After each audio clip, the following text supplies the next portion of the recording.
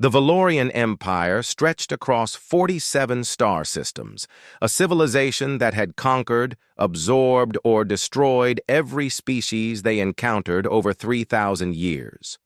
Their ships moved through space like predators through water, sleek and purposeful, carrying weapons that could crack planets and warriors bred for dominance. They had faced resistant species before, the crystalline shattered ones who fought from asteroid fortresses, the hive-minded collectors who threw millions of drones into battle, the telepathic whispers who tried to break their commanders' minds. All had fallen.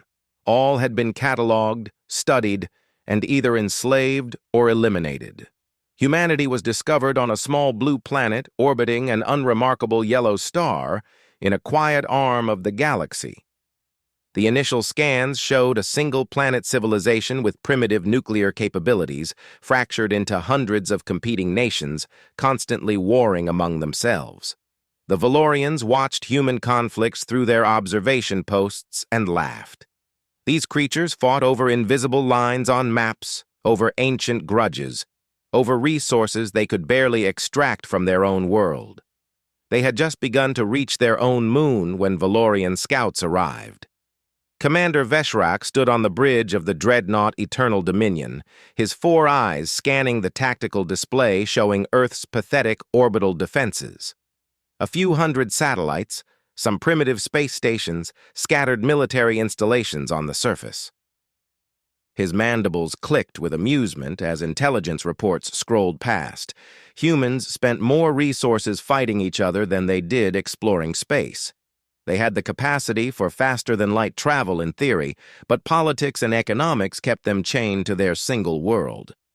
"They call their planet Earth," his tactical officer reported, her voice carrying the bored tone of someone describing an insect. "Population approximately 8 billion. No unified government, no real space navy.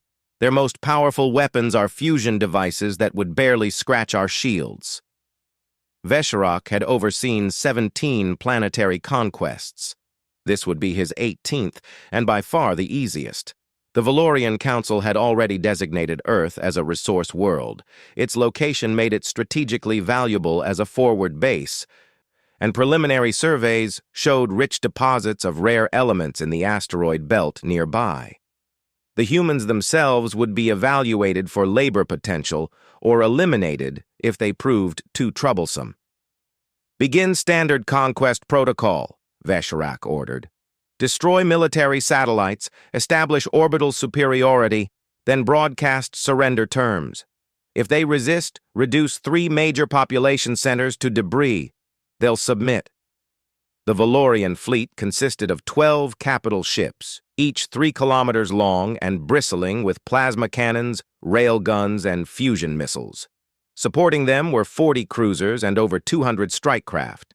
Against Earth's non-existent space force, it was overwhelming, deliberately so. The Valorians had learned that showing overwhelming force early made conquest faster and cheaper. The attack began at 600 Galactic Standard Time. Valorian strike craft swept through Earth's orbital space, systematically destroying every satellite and space station they encountered. GPS networks died. Communications satellites went dark. The International Space Station exploded in a brilliant flash that was visible from 3 continents. Within 4 hours, humanity was blind in space and crippled in communications. Veshrak watched the tactical display with satisfaction as red markers indicating human assets winked out one after another. Occasional missile launches from the surface were intercepted easily, primitive rockets with chemical propulsion and conventional warheads. Laughable. One cruiser reported minor damage when a human nuclear missile actually reached it, but the warhead detonated harmlessly against shields, the explosion merely causing energy readouts to flicker. "Broadcast the terms," Veshrak commanded. The message went out on every frequency, translated into every human language by Valorian linguistic computers that had analyzed centuries of human radio and television transmissions. The terms were simple: immediate and unconditional surrender of all military forces, dissolution of all governments, acceptance of Valorian authority. Compliance would be rewarded with survival. Resistance would be met with annihilation. On Earth, chaos erupted. The sudden destruction of every satellite sent global communications into disarray. Military commanders struggled to coordinate responses through hardened ground cables and radio networks that hadn't been primary systems in decades. Governments tried to reach each other through whatever channels remained. Civilians flooded streets in panic as news spread through whatever means still worked. But beneath the chaos, something else was happening. In underground command centers, in secret military installations, in corporate research facilities, humans were doing what they had done throughout their entire bloody history. They were adapting to fight. The first Valorian landing ships descended toward Earth's major cities 24 hours after the initial attack. Each carried a battalion of shock troops, 2,000 Valorian warriors in powered armor, equipped with plasma weapons and personal shields. Standard protocol was to secure key cities, capture government leaders, and establish control before resistance could organize. The landing ships descended toward New York, Beijing, London, Moscow, Delhi, 20 targets chosen for maximum political and psychological impact. Their shields glowed as they entered the atmosphere, their fusion engines leaving trails of ionized air. Vesharak watched from orbit, expecting to see surrender signals within hours. The first landing ship touched down in Central Park. Its massive bulk flattened trees and sent tourists running in terror. The deployment ramp lowered, and Valorian warriors marched out in perfect formation, their armor gleaming, weapons ready. They had done this hundreds of times on dozens of worlds. The Empire State Building exploded, not the whole building. Shaped charges planted throughout its structure sent the upper floors cascading down in a carefully controlled demolition that became a massive projectile. Thousands of tons of steel, concrete, and glass crashed down on the Valorian landing zone. Warriors were crushed beneath debris, traveling at terminal velocity, their personal shields overloading from the sheer kinetic mass. The landing ship itself took critical damage as structural supports weighing several tons punched through its hull. Across the globe, the pattern repeated. In Beijing, underground charges collapsed roads and tunnels, swallowing Valorian troops into prepared kill zones. In Moscow, buildings that had stood since World War II revealed hidden weapons emplacements, artillery pieces and missile batteries that opened fire at point-blank range. In London, ancient underground tunnels became death traps as humans flooded them with chemical weapons that ate through Valorian armor seals. "What is happening?" Vesharak demanded as casualty reports flooded in. 3 landing ships destroyed, 7 more critically damaged, losses in the thousands. Impossible. These were primitives who hadn't even unified their own planet. "They're using their infrastructure as weapons," the tactical officer reported, her voice no longer bored but edged with confusion. "Buildings, roads, underground systems, everything was prepared. Footage shows they had demolition charges placed weeks ago. They knew we were coming." "We had complete observation," Vesharak snarled. "Total surveillance. How did they know?" The answer was simple and terrifying. Humans had assumed hostile alien contact would happen eventually, and some of them had prepared accordingly. When the first Valorian scout ships entered Earth's solar system weeks earlier, they were detected by telescopes and tracking systems. While official governments dithered about protocols and first contact procedures, certain elements of humanity's military and intelligence communities had moved into action, implementing contingency plans developed during the darkest days of the Cold War. The humans called them continuity of government plans, procedures for surviving and fighting through a decapitation strike. Underground command centers were activated, strategic weapons were dispersed, and in cities around the world, teams had quietly placed charges in buildings deemed strategically expendable for use as improvised weapons if orbital bombardment made conventional defense impossible. The Valorians had expected resistance. They had not expected this level of ruthless practicality, this willingness to sacrifice their own structures and infrastructure to inflict casualties on invaders.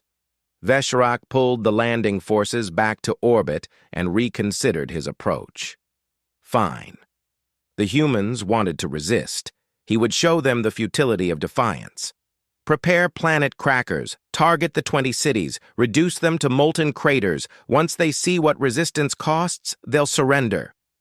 The planet crackers were massive kinetic weapons. Tungsten rods 20 meters long and 2 meters wide, accelerated to a significant fraction of light speed before impact. Each carried the kinetic energy of multiple nuclear weapons without the radiation. They were planet-killer weapons in the most literal sense. 20 rods launched from the Eternal Dominion, targeted at Earth's major cities.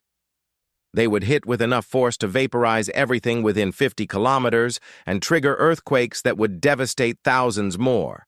Millions would die. It would be the single greatest act of destruction in Earth's history. The rods accelerated downward, unstoppable, inevitable. Then they exploded.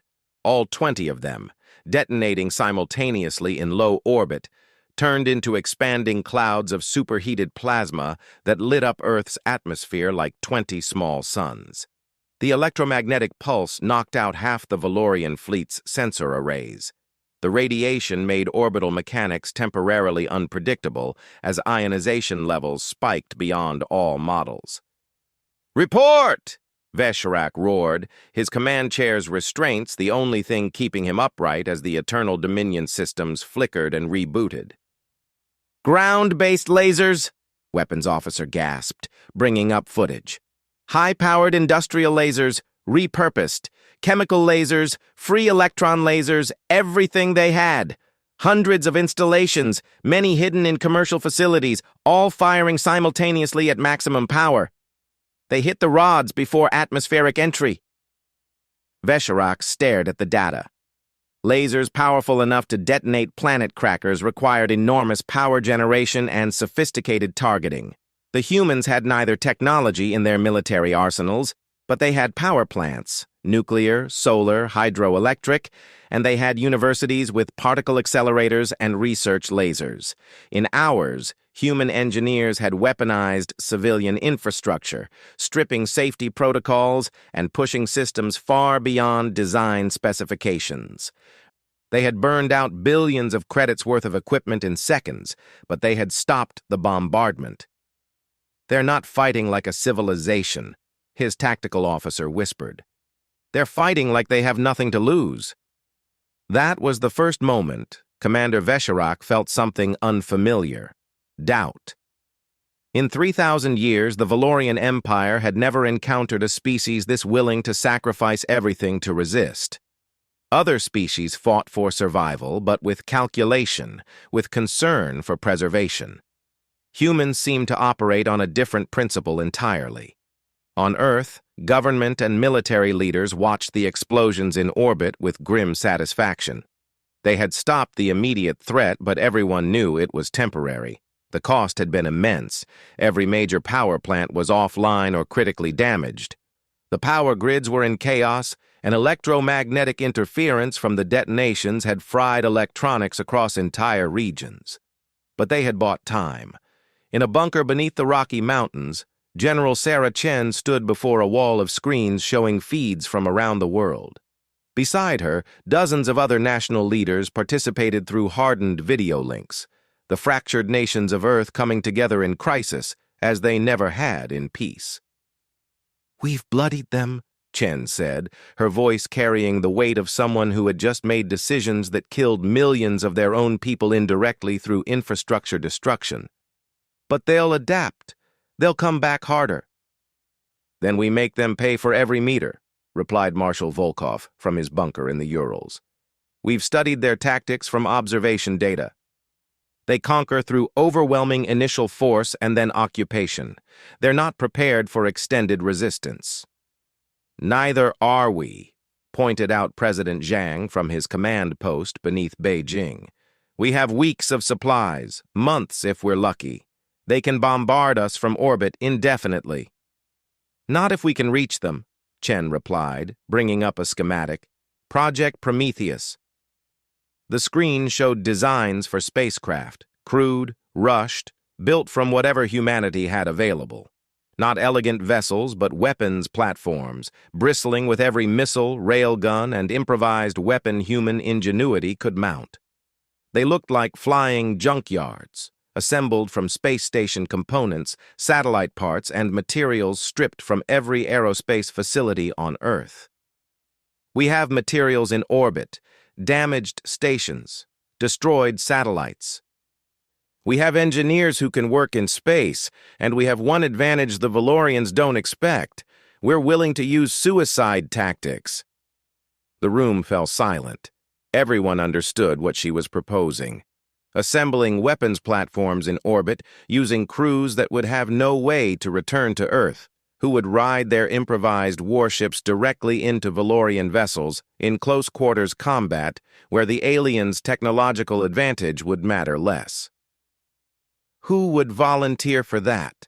Someone asked. Chen pulled up a list. I opened volunteer requests 3 hours ago through military channels. We had 50,000 applications in the first hour. I had to close submissions. That was humanity's secret, the thing that would eventually doom the Valorian Empire. Humans didn't just fight for survival. They fought with a ferocity born of knowing they were defending something precious, with a creativity born of desperation, and with a willingness to sacrifice that no other species in the galaxy had ever demonstrated at scale. In orbit, Commander Vesherak prepared his next assault, confident that superior technology would eventually prevail. He had no idea that humanity's true strength wasn't their weapons or their technology. It was their absolute refusal to accept defeat, no matter the cost. The construction of Project Prometheus began in the wreckage that orbited Earth.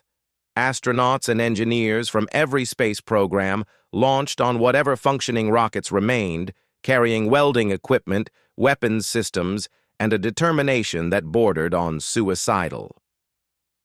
They worked in damaged sections of space stations, in the hulls of destroyed satellites, using debris from Valorian strike craft that had been hit by desperate missile strikes. Every piece of metal, every functioning system, every weapon that could be stripped from Earth's arsenals was sent up on rockets that might fail, might explode, but were launched anyway because humanity had no other choice. Commander Vesherak watched the activity with growing irritation. The primitive humans were building something, but his tactical analysis suggested they were constructing makeshift orbital habitats, probably planning to preserve some population in space when he inevitably glassed the planet. Pathetic survival instinct. He allocated a squadron of strike craft to destroy the constructions once they became significant enough to waste ammunition on. What Vesherak didn't understand was that humanity's entire history had prepared them for exactly this moment. Every war, every conflict, every technological race had been training for a fight where survival itself was the only objective. The engineers working in orbit weren't building habitats. They were building weapons platforms that would never return home, crewed by volunteers who had already accepted their deaths. Lieutenant James Morrison worked outside what remained of the International Space Station, welding a cluster of Chinese anti-satellite missiles to a frame constructed from Indian launch vehicle stages. His suit's oxygen gauge showed 4 hours remaining. The welding would take 5. He had already decided not to mention this to ground control. Beside him, Russian cosmonaut Yuri Petrov was mounting targeting computers salvaged from an American spy satellite to a power system from a European orbital laboratory. Their communication was limited to hand signals. Radio discipline was absolute to prevent Valorian intercepts. Morrison's previous assignment had been as a shuttle pilot. He had dreamed his whole life of going to space, of exploration and discovery, of floating among the stars in peaceful scientific pursuit. Now he was building a weapon that would be hurled into an alien warship, and he would never see Earth again. Strange how life worked out. "Morrison, Petrov, you have incoming?" Ground Control's voice crackled through his helmet. "Valorian strike craft, 3 units heading your way. ETA 12 minutes. Morrison looked at Petrov. They locked eyes through their visors. And understanding passed between them. 12 minutes to finish 5 hours of work or die trying to delay the enemy. Petrov made a gesture, the international sign for hurry up, and they both moved faster. Safety protocols abandoned, precision sacrificed for speed. Other crews across the orbital construction zones received similar warnings. Some had weapons ready, improvised mass drivers that could throw chunks of metal at relativistic speeds or repurposed mining lasers from commercial asteroid prospecting programs. None of it was military grade. All of it was deadly if deployed with creativity and desperation. The Valorian strike craft approached in standard formation, energy weapons charging, confident in their superiority. They had destroyed hundreds of human satellites without sustaining damage. These makeshift constructions would be no different. Then the humans opened fire with everything they had. Mass drivers hurled projectiles that moved too fast for shields designed to stop energy weapons. Mining lasers, designed to cut through asteroids, sliced through strike craft hulls with sustained beams that overwhelmed thermal dissipation systems. Missiles not designed for space combat tumbled through vacuum on ballistic courses, but there were so many of them that evasion became impossible. It was crude, wasteful, and terrifyingly effective. 2 Valorian strike craft exploded. The third sustained critical damage and began tumbling, its pilot struggling with controls as atmospheric leaks vented precious air. The survivors of the human construction crews watched the retreat, then immediately returned to work. They had bought themselves time, but more would come. On the Eternal Dominion, Vesherak slammed one of his 4 fists against his command console. "How did primitives destroy our strike craft?" "They're using industrial equipment as weapons," his tactical officer reported, pulling up analysis. "Nothing in their arsenal should be effective against our technology, but they're employing it in ways that circumvent our advantages. Mass drivers exploit our shield's weakness against kinetic projectiles. Industrial lasers overwhelm our heat dissipation through sustained fire, and they're fighting with complete disregard for their own survival." That last part troubled Vesherak more than he wanted to admit. In every previous conquest, species fought to survive. They retreated when overwhelmed, preserved resources for long campaigns, and eventually sued for peace when the cost became too high. Humans seem to have skipped directly to total war, employing strategies that guaranteed massive casualties on both sides without hesitation. "Prepare boarding protocols," Vesherak ordered. "If they want close combat in orbit, we'll give it to them. Dispatch Marine battalions to secure their construction sites, kill the workers, destroy the equipment, and establish our orbital superiority through direct action." The Valorian Marines were the elite of the Empire, warriors selected from birth for size, aggression, and combat capability, then augmented with the best technology the Empire could provide. Each stood over 2.5 meters tall, possessed natural armor plating, and wore powered exoskeletons that increased their strength tenfold. They carried plasma rifles, monomolecular blades, and the confidence of troops who had never lost a boarding action. 300 Marines launched toward the human construction sites in armored boarding pods, ready to crush resistance through sheer physical dominance. Their commanders had studied human physiology. Smaller, weaker, slower than Valorians, with no natural armor or weapons. In close combat, it would be a massacre. The pods latched onto the makeshift human structures, cutting through hulls with plasma torches, disgorging Marines into the confined spaces. The first squad entered what appeared to be a construction bay, weapons ready, expecting to find terrified engineers in spacesuits. Instead, they found a prepared battlefield. Humans had spent decades training for infantry combat in urban environments. In buildings and streets, where technology mattered less than tactics and terrain. They applied those same principles to orbital construction zones. The Valorian Marines entered corridors that became kill zones, intersections covered by weapons fire from multiple angles, explosive charges hidden in walls, pressure doors that became guillotines when remotely triggered. The humans fighting them weren't just engineers anymore. Every person who went up to work on Project Prometheus had known combat was likely. Many were military veterans, soldiers, Marines, Special Forces operators who had volunteered because they understood what needed to be done. They wore spacesuits, but those suits were now armored with whatever materials were available and armed with weapons designed for the unique environment of zero-gravity close-quarters battle. In the narrow confines of a connecting tunnel, a squad of Valorian Marines encountered former U.S. Navy SEAL Commander Richard Stone and his team. The Valorians opened fire with plasma rifles, but Stone's people had positioned themselves behind hastily erected barriers of metal debris that absorbed the initial barrage. Then the humans returned fire with weapons the Valorians had never seen. Modified nail guns that fired projectiles at supersonic speeds in zero gravity, welding torches that could cut through armor at close range, and explosive charges attached to fragments of destroyed satellites that turned corridors into shrapnel storms. The first Marine fell to a nail gun spike through his suit's vision port. The second died when Stone personally rushed him with a monomolecular blade taken from a fallen Valorian in an earlier skirmish, exploiting zero gravity to approach from an unexpected angle. The third triggered an explosive charge while trying to retreat, sealing the corridor behind him and trapping his squad. Similar scenarios played out across multiple boarding sites.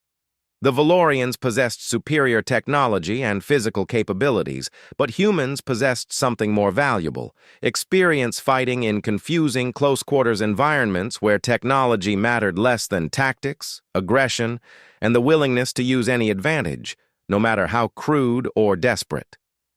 After 6 hours of brutal combat, the surviving Valorian Marines withdrew to their pods, having achieved none of their objectives. Casualties were approaching 40%. The humans, despite losing more people in absolute numbers, had held their positions and continued construction even during the fighting. "This is impossible," Vesharak's tactical officer whispered, reviewing combat footage. "They're using weapons that shouldn't work, fighting in ways that don't match any doctrine in our database, and they're winning through sheer unpredictability." Vesharak watched video of a human female, barely reaching his shoulder height, killing 3 Marines by venting atmosphere through a breach she created with a plasma cutter, then sealing the section behind her before the vacuum could spread. Her own suit was damaged, held together with tape and determination. She survived by using her oxygen supply so efficiently that she remained conscious longer than her opponents, then took a functioning suit from a Valorian corpse. "They fight like demons," his weapons officer said quietly. "They fight like prey that has decided to become predators," Vesharak corrected. He had seen that transformation before, but never in a species this primitive. Usually, it took centuries of warfare to develop that kind of ruthless efficiency. Humans seemed to possess it naturally. On Earth, the reality of orbital combat was broadcast through whatever communication networks still functioned. People watched their astronauts and soldiers fighting impossible odds in space, buying time with their lives. It had an effect that Valorian analysts, accustomed to conquest causing demoralization, had not anticipated. It made humanity angry. In underground factories, workers who had never touched weapons before learned to manufacture ammunition. In cities damaged by the initial strikes, survivors organized resistance cells rather than fleeing.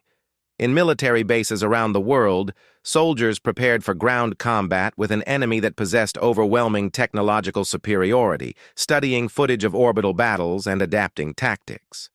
General Chen watched casualty reports from orbit with a heavy heart, but also pride. They were losing. In any objective analysis, humanity was still losing. But they were making the Valorians pay for every meter of space, every second of time. And more importantly, they were learning. Project Prometheus platforms are 70% complete, her aide reported. Engineering estimates we can launch in 48 hours. Valorian orbital superiority? Chen asked. Solid. They've pulled back from close engagement, but they maintain blockade positions. Our launches will be contested. Chen nodded, expecting nothing else. The Prometheus platforms were desperate gambles, spacecraft assembled from scraps, armed with whatever weapons could be mounted, designed for one-way trips into Valorian battle groups. They would be crewed by volunteers who understood they were missiles as much as ships, who had accepted that their role was to get close enough to Valorian capital ships that superior technology wouldn't matter, that the fight would come down to close-quarters brutality where human ferocity might balance alien advantages. What about the message? Chen asked. Her aide pulled up a draft. While humanity fought desperately for survival, a separate team had been working on something else, a message to be transmitted on all frequencies, translated into Valorian language, explaining exactly why this invasion would fail. The message was simple. It contained footage of human history, every war, every conflict, every example of weaker forces defeating stronger ones through determination and sacrifice. It showed Warsaw Uprising fighters holding off German tanks with bottles and courage. It showed Vietnamese resistance fighters enduring years of bombardment. It showed countless examples of humans refusing to accept defeat even when logic said they should. The final line of the message was delivered by Chen herself, speaking directly to camera. You made a mistake. You assumed because we fight each other that we would not unite against you. You assumed because we lack your technology that we lack the will to resist. You assumed conquest would be easy. Every assumption you made about humanity is wrong. And now you will learn what we have known throughout our history. There is no enemy more dangerous than one who has nothing left to lose and everything to fight for. We are not your victims. We are your doom. The message was transmitted on every frequency, repeated endlessly, broadcast with enough power that every Valorian ship in the system would receive it. On the Eternal Dominion, Commander Veshrak read the translation with growing unease. Propaganda, surely. Psychological warfare designed to demoralize his troops. But the footage was real. Humans had fought each other with this level of intensity for their entire history, and if they could unite that ferocity against a common enemy. He dismissed the thought. Superior technology always prevailed. The Valorian Empire had conquered hundreds of species. Humans would be no different. They had to be no different, because if they weren't, if a primitive single-planet species could resist through sheer determination and sacrifice, what did that say about the Empire's 3,000 years of dominance? Veshrak prepared his response. A massive assault, every ship in the fleet, overwhelming force that would break human resistance once and for all.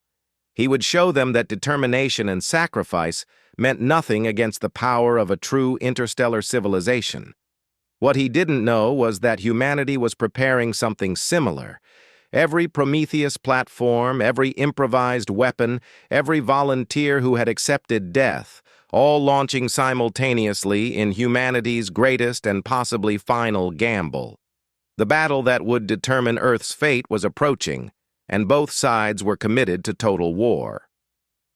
The Prometheus platforms launched from 20 points around Earth's orbit simultaneously, each one a testament to human desperation and ingenuity.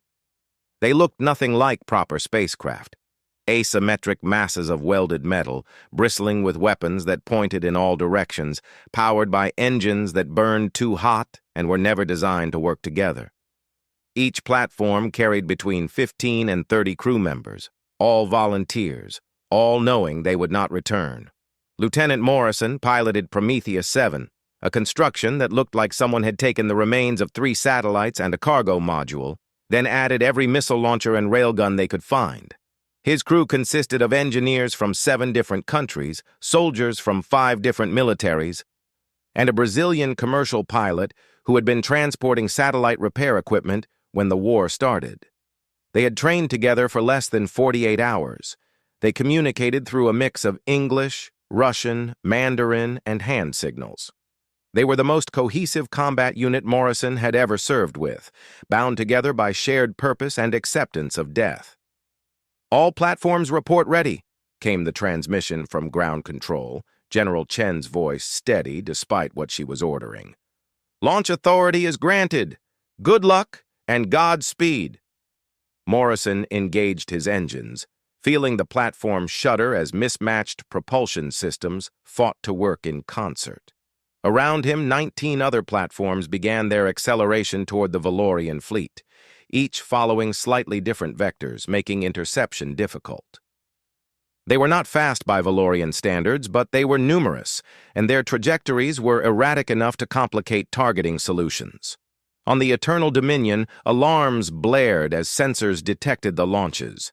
Vesharak immediately recognized the threat, not individual ships but kinetic weapons, crude spacecraft filled with explosives and weapons, aimed directly at his fleet with suicide intent.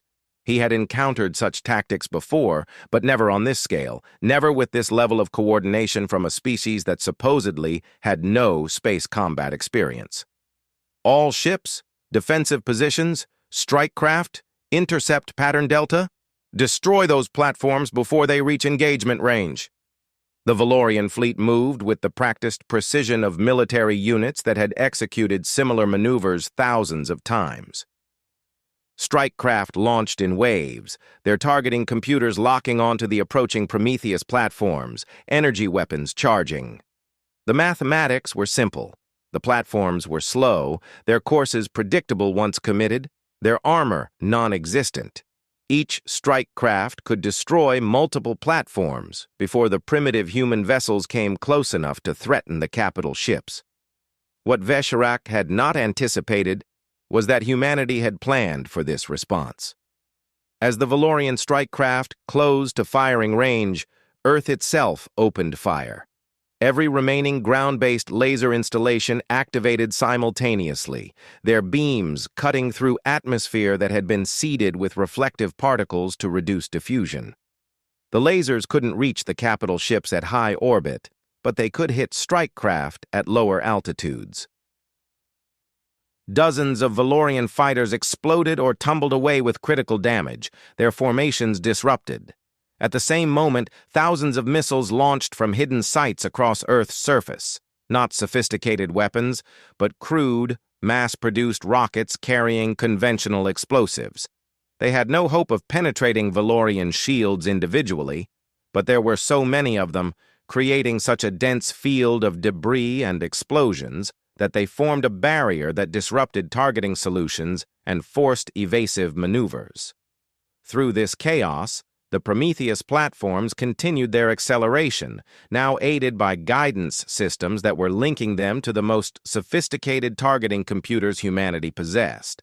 Military satellites that had been hidden and silent since the war began activated, feeding trajectory data through encrypted channels. Every resource Earth could muster was being thrown into protecting these platforms long enough to reach their targets. Morrison's board lit up with warnings as Valorian fire began hitting his platform. Plasma bolts vaporized sections of hull, radiation from near misses cooked electronics, and one of his engine clusters simply tore away when a railgun slug punched through it. But the platform kept flying, kept accelerating, its remaining engines burning at levels that would have violated every safety regulation ever written. "Yuri, I need more power to forward weapons," Morrison called to his Russian engineer. "Already giving you everything," Petrov replied, his voice strained as he manually rerouted power through damaged conduits. "We lose life support in 3 sections to do this. Do it! Anyone in those sections, move now."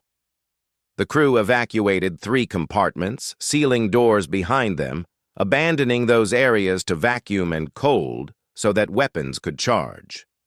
This was the calculus of desperate warfare, trading life support for firepower, trading safety for a few more seconds of combat capability. Prometheus 7 reached weapons range of a Valorian cruiser, and Morrison opened fire with everything his platform possessed. Railguns hurled projectiles at velocities that made them visible only as streaks of light. Missiles that had been designed to destroy satellites slammed into shields, each explosion contributing to shield overload. A mining laser, stripped from a commercial asteroid processor and overcharged to dangerous levels, carved a molten line across the cruiser's hull. The Valorian cruiser returned fire, and Prometheus 7 began to die. Compartments exploded. Crew members died in flashes of plasma and decompression. Systems failed in cascading sequence. But Morrison kept his platform on course, kept firing, kept closing the distance until he was so close that his weapons were hitting the cruiser at point-blank range where shield geometry couldn't fully protect the hull. Other Prometheus platforms were doing the same across the Valorian fleet. Prometheus 3 rammed a destroyer after all its weapons were exhausted, its remaining crew manually detonating their fusion reactor at the moment of impact. Prometheus 11, disabled but still functional, allowed itself to be tractored toward a Valorian carrier by boarding teams, then triggered hidden explosive charges that gutted both ships. Prometheus 16 fought off strike craft long enough to position itself between two capital ships and detonate its entire arsenal simultaneously, the explosion damaging both vessels. It was brutal, wasteful, and tactically unsound by every conventional military doctrine. It was also working. Vesharak watched his fleet's readiness decline in real time as one after another of his ships reported critical damage from suicide attacks. 3 ships destroyed outright, 7 more damaged severely enough to require withdrawal, countless smaller vessels eliminated, and the humans just kept coming, each platform fighting until it was destroyed or deliberately self-destructed, each crew member fighting until they died. "Pull back to high orbit," Vesharak ordered, the words tasting of defeat. "Establish defensive perimeter. Prepare for... Commander, we have multiple launches from the planet's surface," his sensor operator interrupted. "Appear to be conventional spacecraft, but readings are confused. Hundreds of launches, maybe thousands." Vesharak pulled up the display and felt something close to despair. The humans were launching everything they had. Cargo rockets repurposed as kinetic weapons, passenger shuttles packed with explosives, even orbital tourist craft modified to carry weapons. Most would never reach the Valorian fleet. Many were already failing, their crews dying in explosions as overtaxed systems failed. But enough would survive, would reach engagement range, would add to the chaos and destruction. "They're launching their entire orbital infrastructure at us," his tactical officer said, disbelief evident. "Everything that can reach space, everything with engines. They're weaponizing their entire civilization." "Then we destroy their civilization," Vesharak snarled, pain and anger overwhelming judgment. "Target the planet. All ships maximum power to planet cracker weapons. We end this now. We reduce their world to debris and ash, and we do it before they can launch another wave." The order went out, and Valorian capital ships began charging their most powerful weapons. Massive energy projectors that could crack tectonic plates, cause volcanic eruptions, and turn atmosphere itself into a weapon against those below. Used all together, concentrated on specific points, they could make Earth uninhabitable within hours. On the ground, sensors detected the energy buildup. Calculations showed what was coming. General Chen received the reports with calm she didn't feel, knowing that she had just minutes left to live, that everyone on Earth had just minutes left. But she also knew something the Valorians didn't. "Activate Protocol Exodus," she ordered quietly. Deep beneath the Rocky Mountains, systems came online that had been prepared in absolute secrecy during the week since the Valorian fleet's arrival. While Prometheus platforms were being built in orbit, another project had been underway on the ground, a project so desperate, so unlikely, that it had been kept secret even from most military commanders. The science was theoretical, based on research into Valorian faster-than-light technology recovered from crashed strike craft. Human physicists and engineers had studied the wreckage, analyzed the principles, and built something that shouldn't work, something that violated everything they understood about physics. They had built it anyway because they had no choice. The device was a prototype faster-than-light communications array, capable of transmitting a signal across interstellar distances instantaneously. It could only send one message, would burn itself out in the transmission, and had approximately a 30% chance of working at all. But if it worked, if the message reached its destination, humanity would have one last chance. The message transmitted was simple.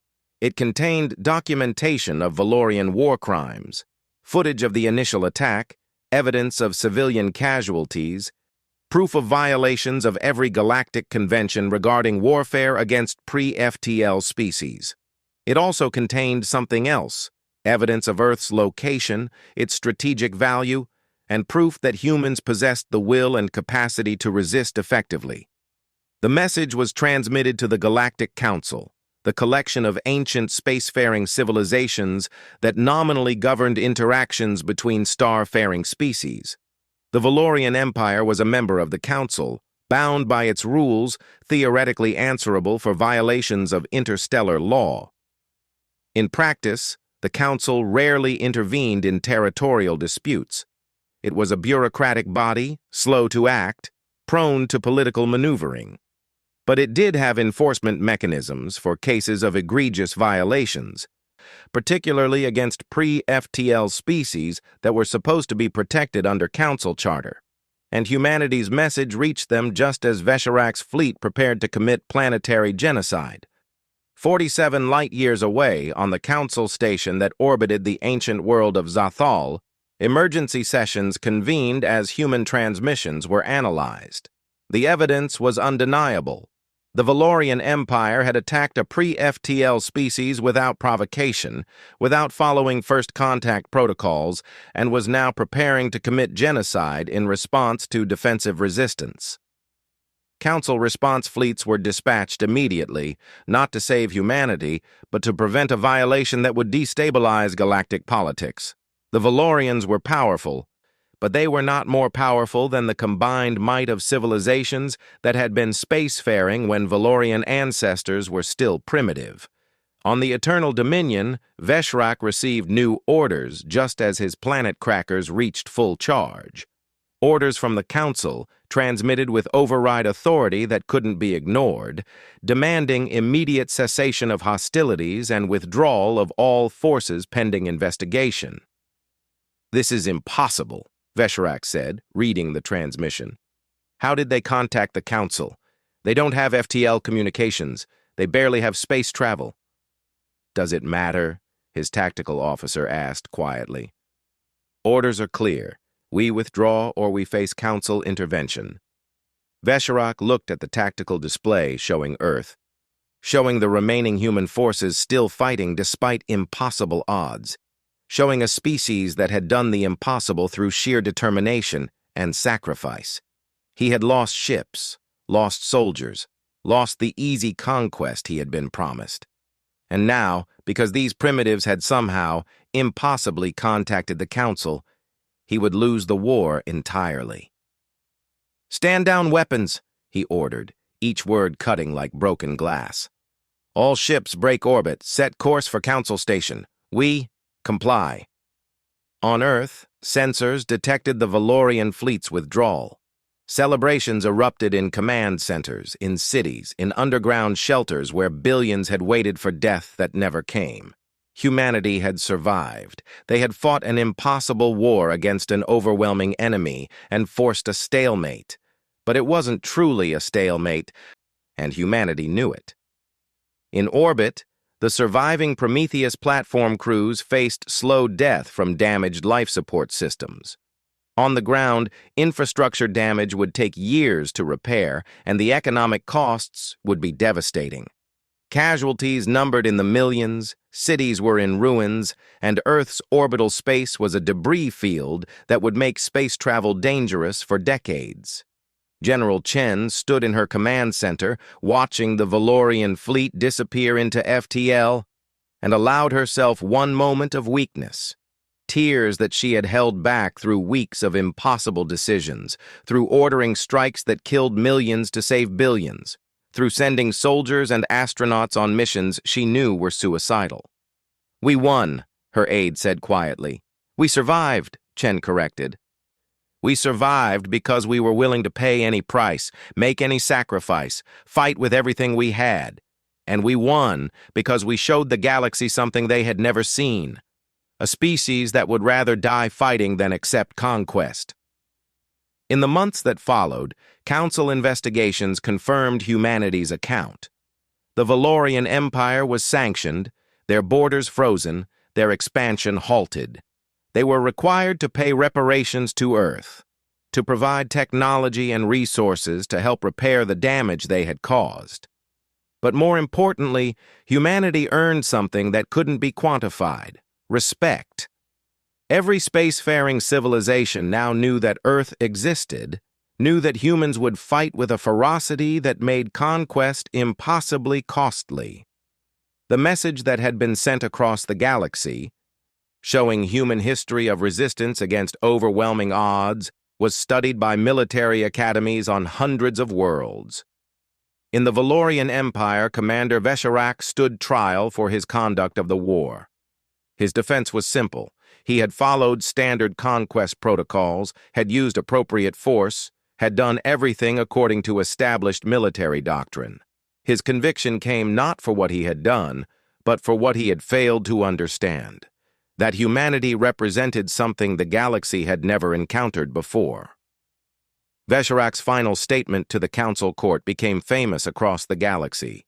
"We thought they were prey because they fought each other. We thought they were weak because they lacked advanced technology. We thought conquest would be easy because they had no unified government or space force. We were wrong about everything, and that is why we lost." The war had lasted less than 2 months.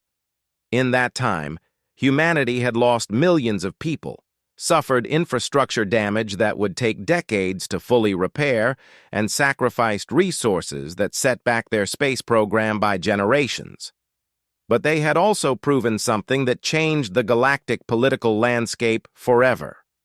On Earth, memorials were erected to the Prometheus crews, to the soldiers who fought in orbital stations, to the engineers who weaponized their civilization, to everyone who had contributed to humanity's survival.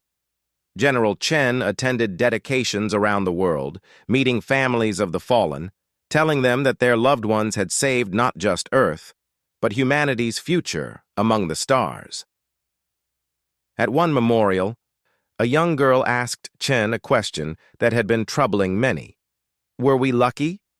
Did we only win because we contacted the Council in time?" Chen knelt down to the girl's level, thinking carefully about her answer. "We were lucky that the Council intervened, but luck didn't make us fight. Luck didn't make our soldiers brave, or our engineers brilliant, or our people united. We survived because when faced with extinction, humanity showed the galaxy what we're capable of. We showed them that we're not just another species to be conquered. We showed them why you don't wage war on humanity, because we will make you pay for every inch, every second, every life. And that price will be higher than any conqueror is willing to pay." The girl thought about this, then asked, "Will they come back?" "I don't know," Chen answered honestly. "But if they do, we'll be ready. Because now we know what we're capable of. Now the galaxy knows what we're capable of. And that knowledge is better than any weapon we could build." In orbit, reconstruction continued. Humans and aliens, Council observers and specialists sent to help repair damage, worked together to clear debris, rebuild stations, and restore Earth's orbital infrastructure. The aliens watched humans work with fascination, noting their persistence, their creativity, their refusal to slow down despite exhaustion.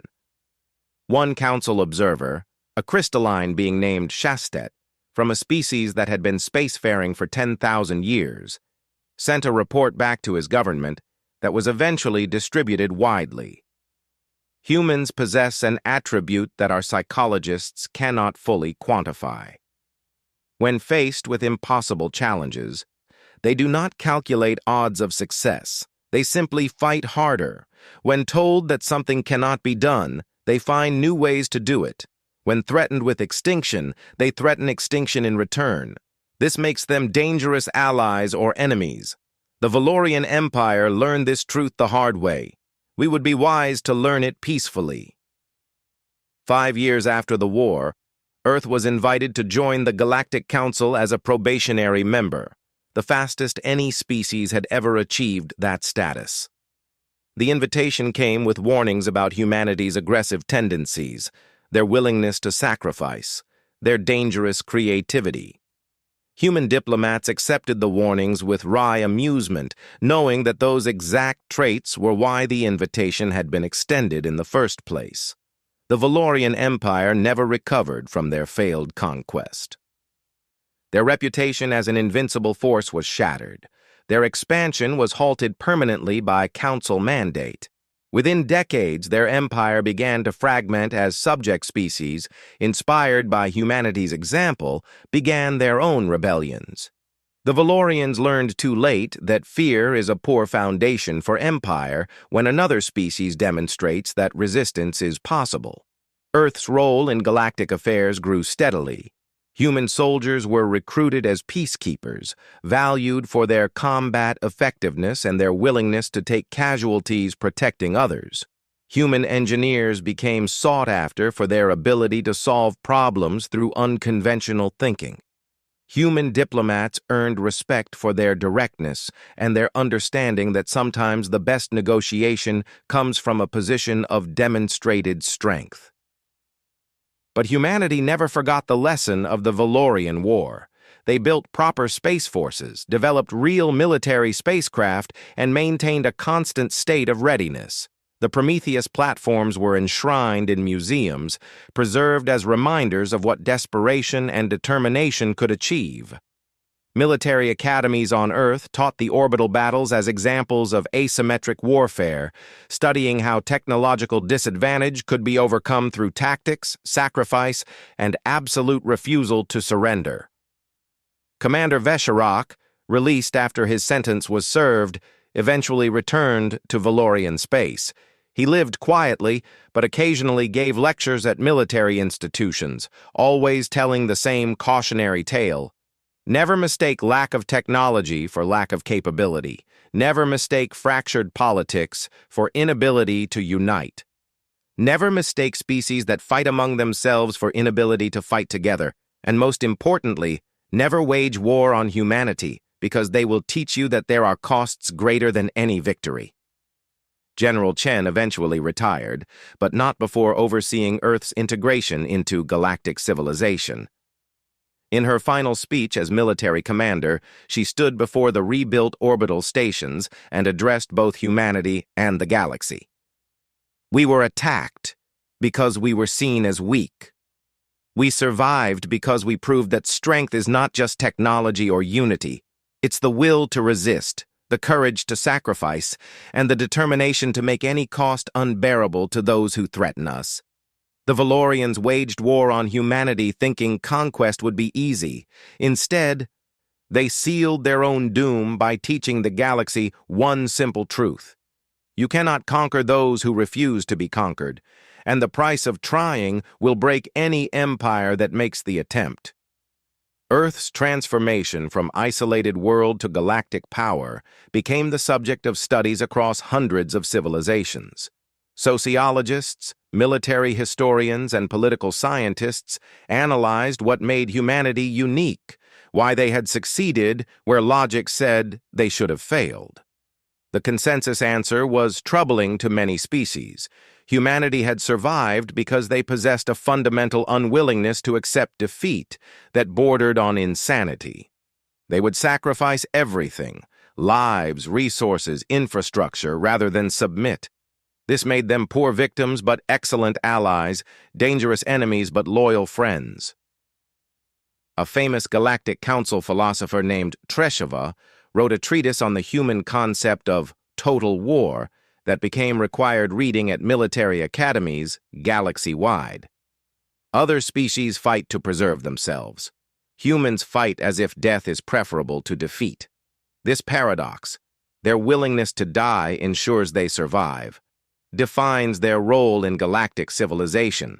They are simultaneously our greatest hope for peace and our greatest caution against conflict. The species that will sacrifice everything for victory is the species you never want as an enemy. The debris field from the Valorian War remained in Earth's orbit for decades, gradually cleared by salvage operations and time. Each piece of wreckage told a story: sacrificed satellites, destroyed Prometheus platforms, fragments of Valorian ships. Some pieces were preserved, mounted as memorials, reminders of the price humanity paid and the doom they inflicted on those who underestimated them. The war had lasted weeks. Its consequences would echo for millennia. The Valorian Empire's attempt to add one more conquered world to their collection had instead announced humanity's arrival to galactic civilization in the most dramatic way possible, through their willingness to fight an impossible war and win through sheer determination. In the end, the greatest weapon humanity possessed wasn't technology or numbers. It was their absolute refusal to accept the premise that might makes right, that technological superiority ensures victory, that resistance is futile. They had shown the galaxy that spirit and determination could overcome material disadvantage, that unity born of crisis could surpass unity imposed by force, and that the will to fight could turn certain defeat into unexpected victory. The Valorians had waged war on humanity, expecting easy conquest. Instead, they discovered a truth that should have been obvious. You cannot conquer those who would rather die fighting than accept subjugation. In seeking to add Earth to their empire, they had sealed their own doom, teaching the galaxy that humanity was not prey to be hunted, but a force that would reshape galactic civilization itself. And across the stars, on worlds counting thousands or millions of years of civilization, military strategists updated their databases with a new notation beside Earth's entry: conquest not advised. Species demonstrates atypical resistance patterns. Expected cost exceeds any possible benefit. It was, in its own way, humanity's first victory in galactic diplomacy, earning peace not through submission or isolation, but through proving that attacking them would cost more than any aggressor could afford to pay.